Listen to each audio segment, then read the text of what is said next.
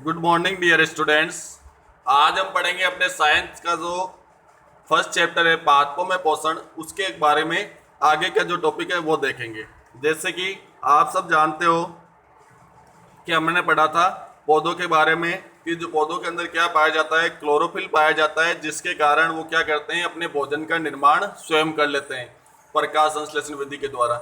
लेकिन अब क्या करेंगे, अपन अन्य विद्या पढ़ रहे हैं कि जो अन्य ऐसे पादप भी होते हैं जिनके अंदर क्लोरोफिल नहीं पाया जाता है, वो अपने भोजन का निर्माण है वो किस प्रकार करते हैं। तो देखो, जो अपन ने कहा था कि जो पादपों के अंदर पोषण की विधियां दो प्रकार की होती है, एक तो होते हैं स्वपोषी पादप और एक होते हैं विषम पोषी पादप।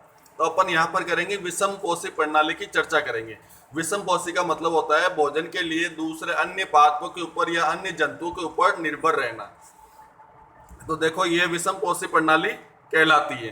तो अब अपन देखते हैं कि आपने ऐसे बहुत सारे उदाहरण देखे होंगे कि जैसे इसके अंदर कह रखा है कि क्या आपको कभी एक वृक्ष के तने या शाखाओं से लिपटी रस्सीनुमा पीले रंग की संरचनाएं दिखाई देती है। आप देखोगे कि ऐसे बड़े बड़े वृक्ष होते हैं जिनके ऊपर बहुत सारी ऐसी पीली संरचनाएं आपको दिखाई देती है, तो वो क्या होती है, अमरबेल पादप होता है। अमरबेल पादप क्या करता है, उसके अंदर क्लोरोफिल नहीं पाया जाता है, तो वो अपना भोजन स्वयं नहीं बना पाता है, जिसके कारण वो क्या करता है, दूसरे वृक्षों के तनों व शाखाओं के ऊपर लिपटा हुआ रहता है, तो या फिर उसके ऊपर आरोहित रहता है। जिस पर ये आरोहित रहते हैं उसको तो अपन क्या कहते हैं, यानी जिस पादप पर ये आरोहित रहेगा या लिपटा हुआ रहेगा उसे तो अपन क्या कहेंगे, परपोषी। और इसके अलावा और उस वो खुद स्वयं क्या कहलाएगा, परजीवी कहलाएगा, क्योंकि अमरबेल जैसे पादप परपोषी को अमूल्य पोषकों से वंचित करते हैं, अतः इन्हें क्या कहा जाता है, परजीवी भी कहा जाता है। ठीक है, तो अमरबेल क्या हो गया, विषम पोषी का एक उदाहरण है, या फिर अपन कह सकते हैं परजीवी का मतलब क्या होता है, भोजन के लिए दूसरों के ऊपर निर्भर रहना या अन्य पादपों के ऊपर निर्भर रहना, तो उन्हें अपन क्या कहेंगे, परजीवी। और इसका आपको उदाहरण पूछे तो आप क्या कहोगे, इसका उदाहरण कहोगे तो आप अमरबेल कहोगे कि परजीवी का उदाहरण कौन सा होता है, अमरबेल होता है। इसके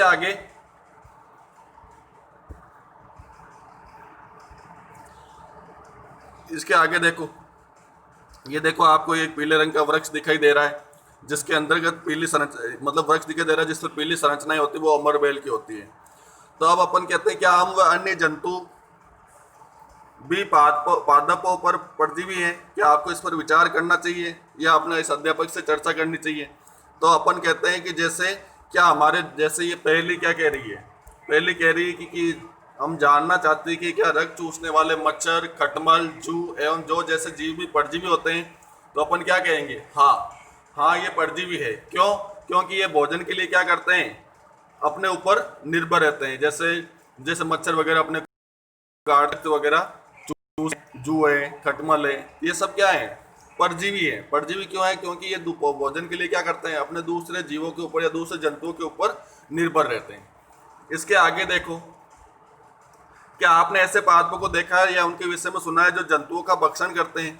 कुछ ऐसे पादप भी होते हैं जो क्या करते हैं, कीटों का भक्षण करते हैं। देखो, पहले आया था परजीवी, अब दूसरा है आपके कीट भक्षी। कीट भक्षी का मतलब होता है कुछ ऐसे पादप होता है जो कि क्या करते हैं, जो छोटे छोटे कीट होते हैं उनको भोजन के रूप में ग्रहण करते हैं, तो उन्हें अपन क्या कहते हैं, कीट भक्षी पादप कहा जाता है। क्या ये विस्मयकारी नहीं होगा, क्या आपको ये आश्चर्य नहीं होगा जानकर कि क्या ऐसे पादप होते हैं कि भाई जो कीटों को भी पकड़ते हैं। तो ऐसे पौधे हरे या किसी भी रंग के हो सकते हैं।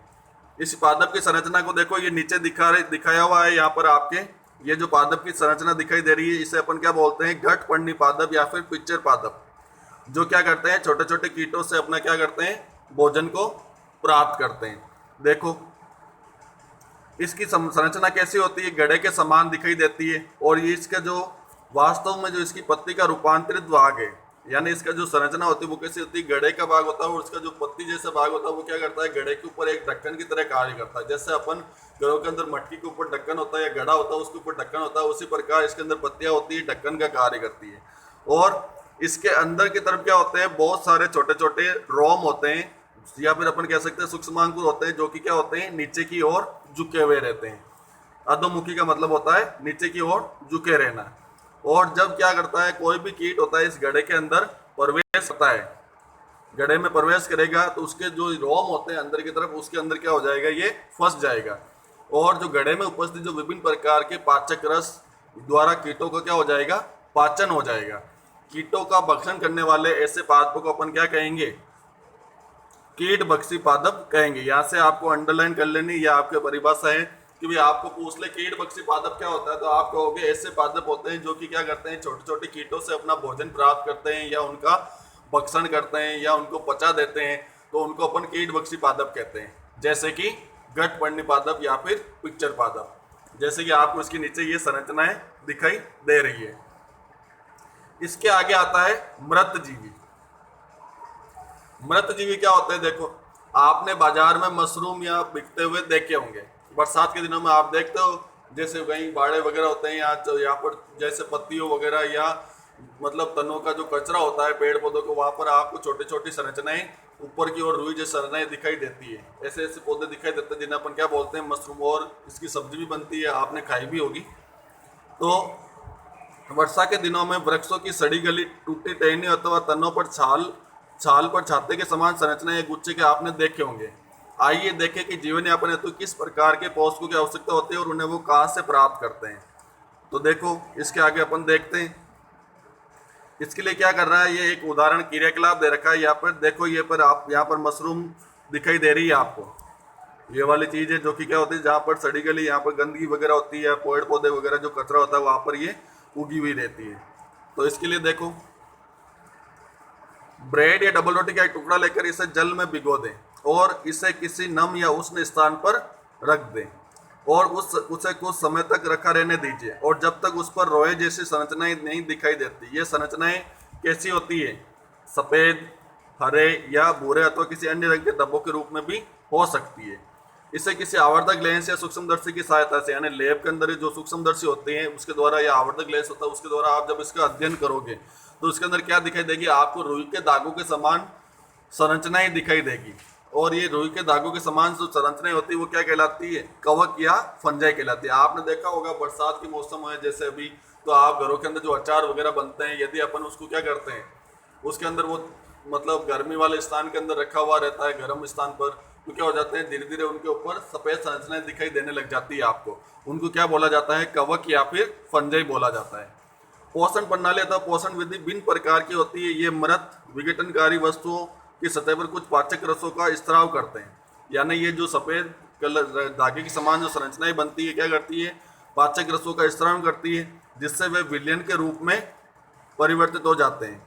तत्पश्चात इस विलयन को भोजन के रूप में अवशोषण किया जाता है। इस प्रकार की पोषण प्रणाली जिसमें, यहाँ से अंडरलाइन करना है आपको, इस प्रकार की पोषण प्रणाली जिसमें कि जिस जीव या किसी मृत विघटित जैविक पदार्थ से पोषक तत्व प्राप्त करने की जो प्रक्रिया होती है वो क्या कहलाती है, मृत जीवी पोषण कहलाती है। और मृत जीवी पोषण प्रणाली का उपयोग करने वाले पौधे क्या कहलाते हैं, मृत जीवी कहलाते हैं।